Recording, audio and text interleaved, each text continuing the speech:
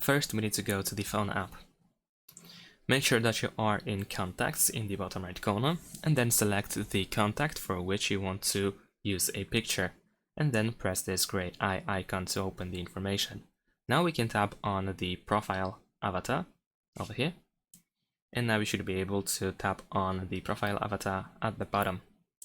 Here we can choose our camera, so we can open the camera and take the photo right now, or we can go to gallery and choose a photo from our gallery. So let's say I'm going to choose this one. And then you can adjust the photo, you can resize it, crop it, and so on. So let's zoom in. And let's say that the photo is ready. Then we can press done, and then save at the bottom. And that is all. In case you cannot change the photo, this might be due to the contact being saved on a SIM card, so be sure to use a phone storage, Google account, or Samsung account. Check out this playlist to find more guides, like, comment, subscribe.